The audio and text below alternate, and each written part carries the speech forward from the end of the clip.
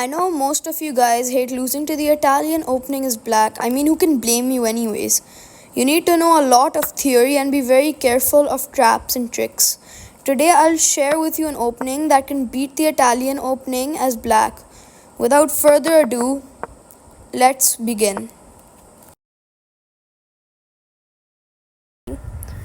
Now, like you'll just play the normal Italian moves, and the second they play bishop to c4, what you do is that you push f5.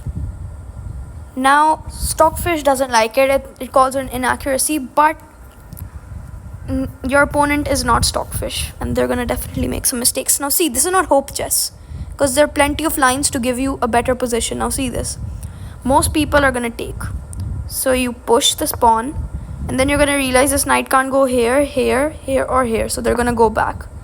Afterwards you move your knight here to avoid this queen giving you this check. Okay, so most people are actually gonna just target this pawn. They're gonna go and try to attack this pawn. So what you do is you kick the bishop out. If they will usually go back, but if they pin you, it doesn't matter. You can just take the pawn, and even if they do take the knight, you're still in a better position. You can move your dark square bishop here, you can move your queen here, you can castle, you'll have an active rook.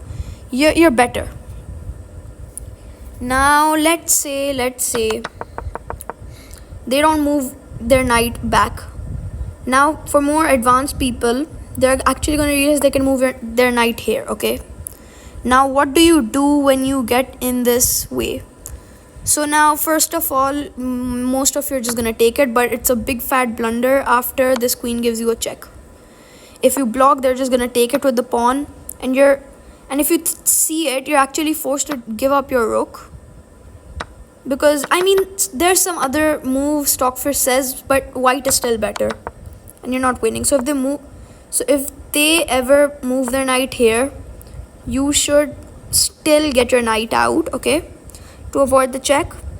And if they trade, you take it back with your b pawn, and after something like this, you still get to kick out the bishop. Okay, and after the bishop moves back, you take the pawn, and look at this, you have a big center and two pieces developed versus white's position, which he only has one piece developed. So now let's see another line. Now they don't have to take. More advanced players are just gonna play this. So when they do play this, it's advised you take it this way, and the knight will take back and you kick out the bishop. Okay, now the bishop is gonna pin you. Okay, and what you do from here is that you actually just block it.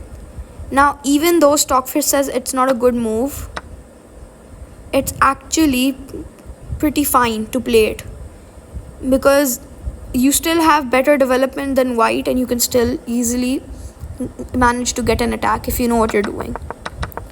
Now some people are just gonna ignore this, thinking you're playing some King's Gambit type of trash, and they're just gonna play this move. The problem is they just blundered once again, and you can take this pawn for free. Before they think that no, this pawn isn't free and they capture back, you can just slap them in the face with this move, and now they can't save both pieces at once. Now in case they take this, you can just take back. The line goes like this, where they check with the queen, you move your knight here, and the bishop takes a pawn. You fork the two pieces, but the knight takes, and you take back with the queen. And at the end, you have a 2.3 advantage from Stockfish. You can easily develop your pieces, you can get an attack, and you can win. Okay, now not everybody's gonna blunder. So now what if instead of taking your pawn, they push their d pawn and they defend their king's pawn? Now what do? Now the best thing you can do here is actually play here. You can move your knight here, you take it out, because you are actually intending for them to play this move and fork your pieces. Now let's say after they do, you actually just play this move, and after they take, what you can do as well, you can attack the bishop. Okay, the bishop gives you a check. It's very similar to the Italian game, like the normal line. I forgot what you call that.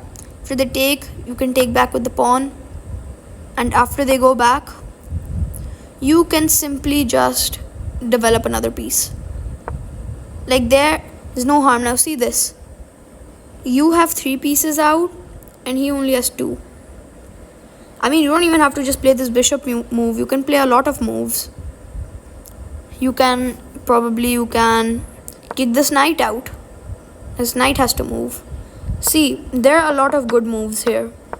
Now let's imagine that your opponent is not some sort of person who is like that.